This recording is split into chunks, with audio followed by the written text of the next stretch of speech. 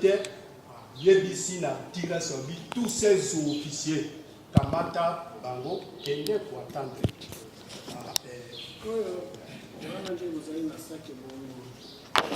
Bongo ba commandant compagnie bazalaki wapi? Na pe na sac ndesika bazalaki basé. Te ba commandant bataillon na colonel Paluku na commandant de bataillon babandaki kovanda na 7 à 8 km na Sake na Lushange na café na Lushange café boye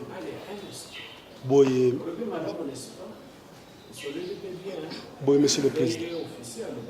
Oui, monsieur le président. L'officier d'état-major de la bataillon. Oui. Commandant bataillon Zalaki, oui, on le dit à 5 ans de Lushange, non? Café. Il était à 7 km. Nde esikaye a vandaka kuna na Lushange. Mais na date oyo bazolo bawana il y a le 25 commandant de bataillon alekaka biso wana c'était le 20 je crois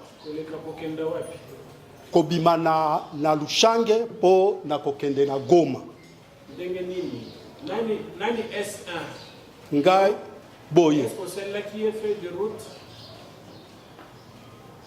fait on a connu de Goma boye on est S1 c'est vous qui devez nous éclairer boye au moins ngai so na ligne na pima boye un des premiers présidents boye un des commandants de l'unité boye donc pour gagner ça commandant na kei ça fait de route non je dis commandant second c'est l'un des feuilles de route wana penza wana na procédure administrative esengelaki esalema ndenge wana est-ce que salemaki et salemaki te po commandant est-ce que salemaki et salemaki te boy soldat comme la bota te ça c'est ce qui concerne le colonel Mchenguezi boy S1 une de maman elle y a S4 tata la maman pour S4 S1 chargé d'administration na gestion du personnel boy DRH le directeur des ressources humaines à Katia chef de service boy chef du personnel boy oui est-ce que voilà nalingana senga kiti senga kiti ndio fanya c'est très bien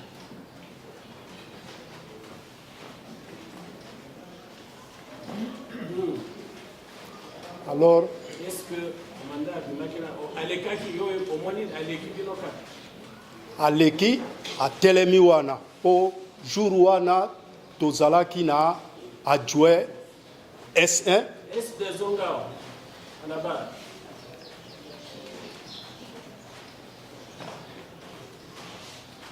lundi makamondenge sa akolo le commandant Bimaki sans feuille de route lundi est-ce que yebaki to yebaki te na yebaki on a ni yebaki parce que vous êtes censé savoir pourquoi prétexter l'ignorance parce que concernant des azalaki mais il faut yeba na besoin kokende alfalea ibsanga na kei est-ce que le ministère public tango batu babuka kamibe bayaka kwa na ministère public na kei buka mibe bosala na ezande wana te kendo fana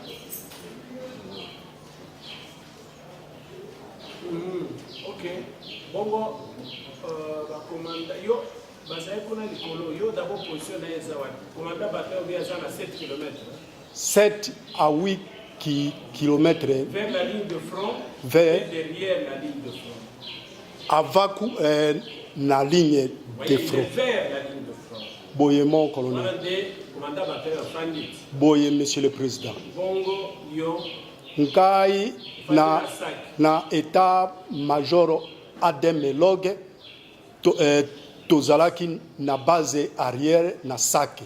Na Sake. Boye. Base arrière. Boye. Et donc, commandant Fangaki moko sans état-major. Na état major kuna place azalaki. Il a besoin de son S2. S2 azate. On a zoko kwa kumatangomba te. S3. S3 azawati. Tozalaka na yetu. Mokonzi nde esika vraiment esika wana nde S4 azawati. azali awa. Bon, S1, le commandant bataille a pour y moko. S1 na ye azam musika. S2 na ye musika. S3 ozalakate. Ozalakate. Oui. Il n'y a pas de problème, il n'est pas là. C'est pas votre faute. Major, capitaine, comment vous regardez ici, ça les fait de route a joué ce tour, tant qu'on y va à ce qu'il y a non, il y a joué affectation. Alors, dans un moment, on a toujours ça la procédure. Comment il va c'est pas votre faute. C'est pas votre responsabilité. Parce que yo ko désigner te ko nommer te utakane na échelon. OK. S1 yo zawaki. S1 nazalaki na état major ya bataillon na Sake. Mais commandant de bataillon azalaki na état major ops. Yena obseras. Yena obseras esengelaki azala na SD na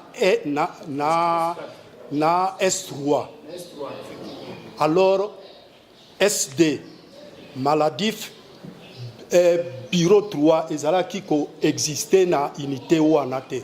Alors donc commandant de bataillon azalaki kaka tozalaki na Sake. Sikoyo, yebisa biso. S bozalaki na Sake, sauf 2 na 3 existants, mais qui sont censés être aux côtés du commandant. Voilà. SD azalaki te.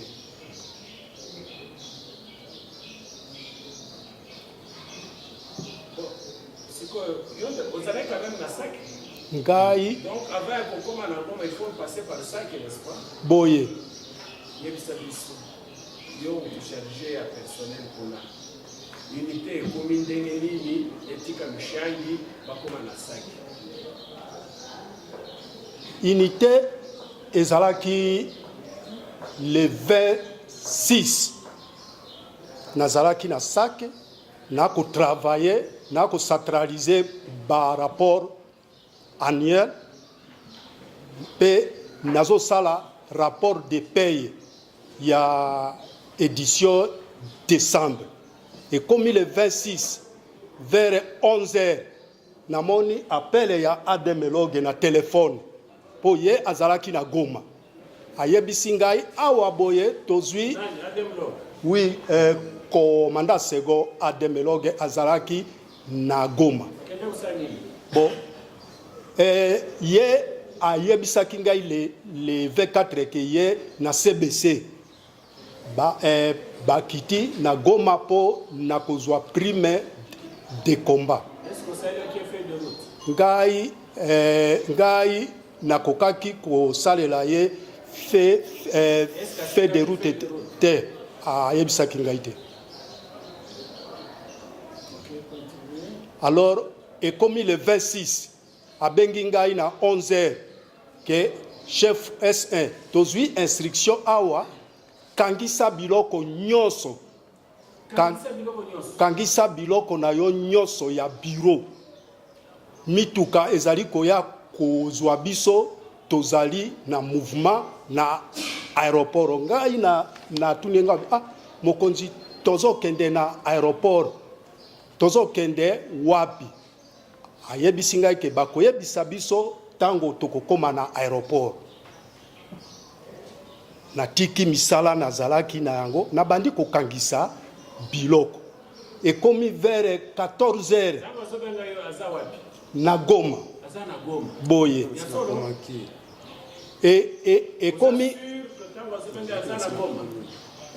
bon abengaki ngai na telefone. Alors ayebisi ngai ke kangisa biloko tozosala mouvement na 11h ekomi na 14h30 atindeli ngai soda ke yaka awa boye na ngomba ya Sake na croisement oyo ekei na Minova na Masisi mwa ngomba moko ezalaka wana ke yaka tozo rassembler unité awa yaka ko prélever effectif par compagnie na tiki biloko na kei ezalaki à peu près 200 à 300 mètres na komi wana na kuti commandant de bataillon na kuti ademelog na kuti na commandant axe bazali wana bayebisi ngai bo mosala ozali kosala sikoyo prélever effectif ya basoda nyonso par compagnie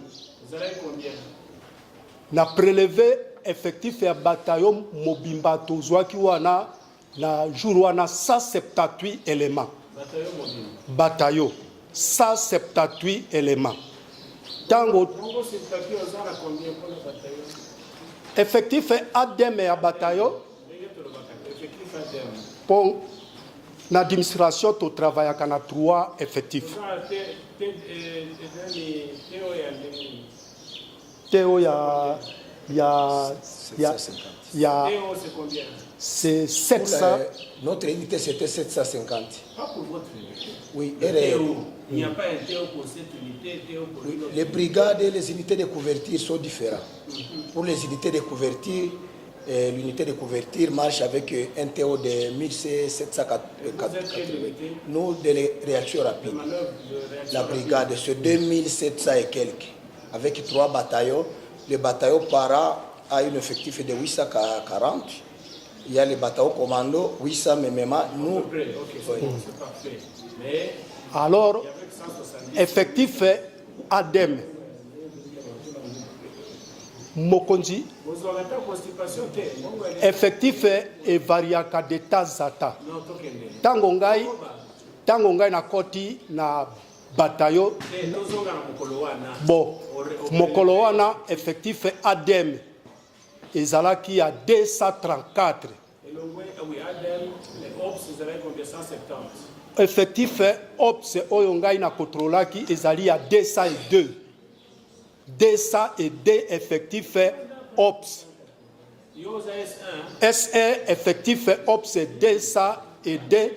Même temps que tu commis à l'aéroport avec l'effectif de 200 parce que 2 personnes topé ça qui bango ba fait des routes ba kende ki na Kalemi.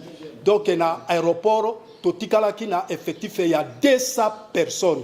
185 bazali na Kotakoli, 11 tokangemi awa, 4 barataki vole bazali na Minova. Boye, monsieur le président. Sika bakoanda compagnie bakomi wana ndengeni. Tango ngai na vandi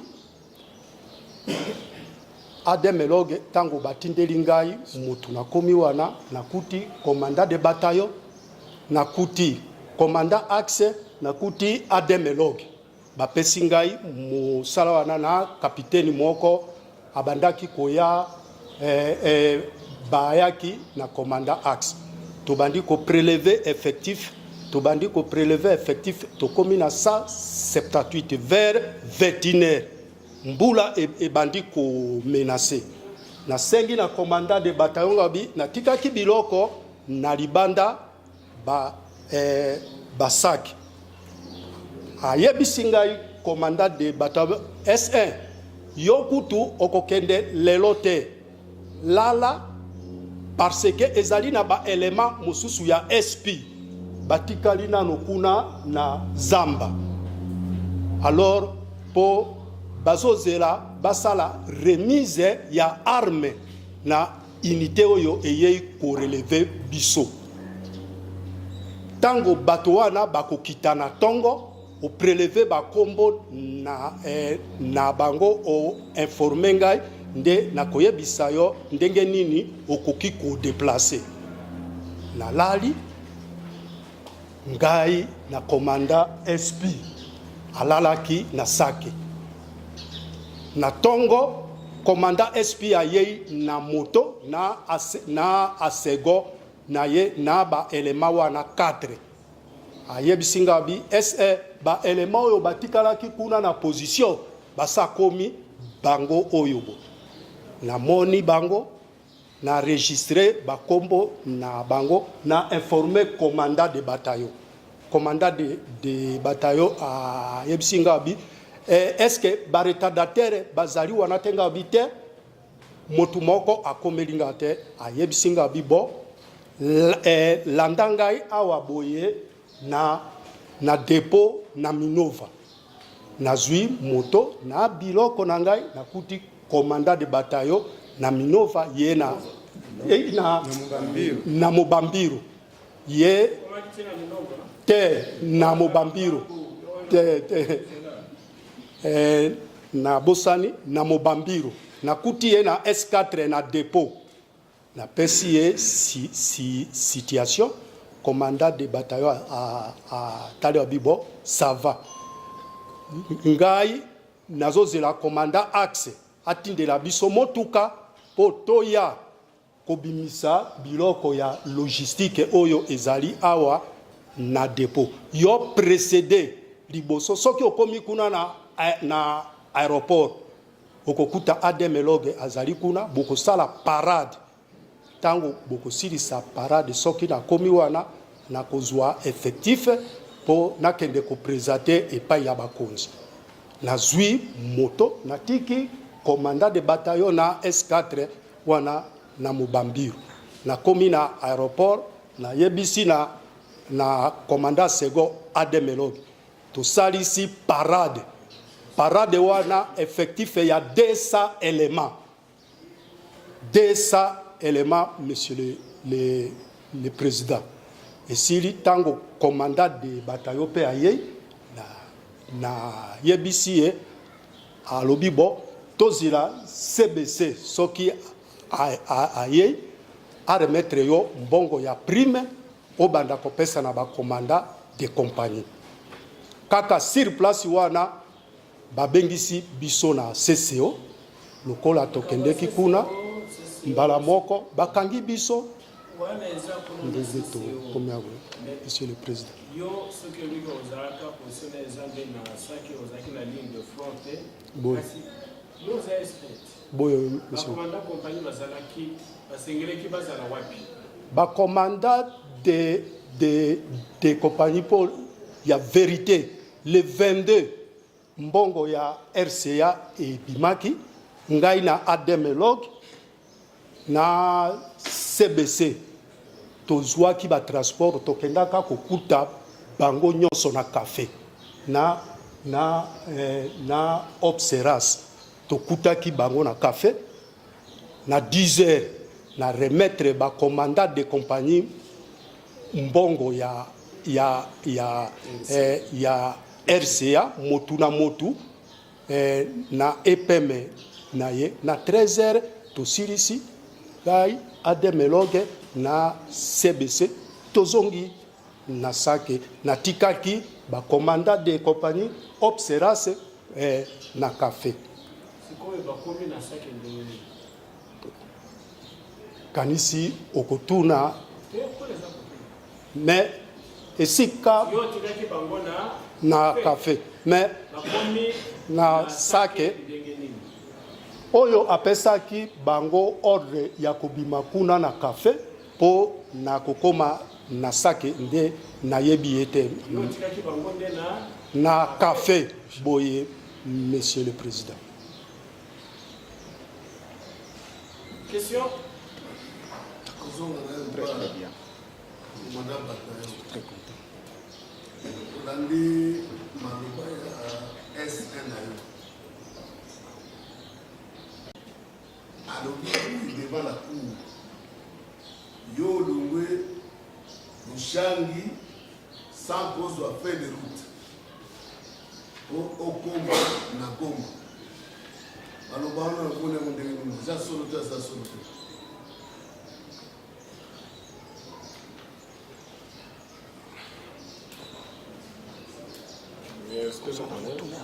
ntango na bimi na biso esila nakuti bango ta majorade nalaki bango onakaki hiyo kami est-ce que ozalaki na feuille de route nde moto feuille de route ya ese nanga apesa ngo te d'accord olandi ndenge alobi concrètement est-ce que ozalaki na hôpital mpe ozalaki na hôpital parce que ndenge azopesa badetail yo olobaki boyaki na Goma awa mpona baswane yo mpona bana ntango ozopesa badetail que vous êtes retrouvé na nini na Lushangi na sake alobi na sake pardon alors concrètement ozalaki wapi ozalaki na hôpital le respect va connaître la réponse est là zela na asisa baloba nandaka soki bazo yo oza place soki bazo tuna motuna yoka bongo niveau la sima l'unité publique estime que les faits, donc les faits infractionnels ou les charges sont suffisamment établis sur qui il y a 3 étapes de la procédure. Comme nous étions au paquet, sur l'inculpé. Et raison pour laquelle nous l'avons déféré devant la cour pour qu'il réponde des faits lui reprochés. Donc au moment opportun, Monsieur le Président, nous allons prouver non seulement que le prévenu, dès qu'il soit S1 du bataillon, il a accompagné les bataillons qui étaient engagés, il a décroché. Et en décrochant, Monsieur le Président, il a suivi l'ordre du commandant second officier, parce que c'est lui qui a donné l'ordre à tous les éléments de son bataillon de décrocher. Et cela a été confirmé par le commandant Axe. Voilà ce que le commandant Axe a dit. Les bataillons avaient 196 éléments. Donc l'effectif organique, 196. Et au moment de la relève, il était sûr de constater qu'au lieu de 196, il y avait plutôt 12 éléments restés à Lushangi, engagés. Alors la question de savoir où seraient partis les autres. Et à cette question, Monsieur le Président, posée par vous-même, au moment opportun, nous allons donner une réponse adéquate. 196 éléments, ils se sont retrouvés à 12. Et à quel moment, Monsieur le Président, les autres étaient partis? Et quel était le mobile? Et qui était l'instigateur? Nous allons répondre, Monsieur. Merci encore une fois, Monsieur le Président, de la part de nous accorder.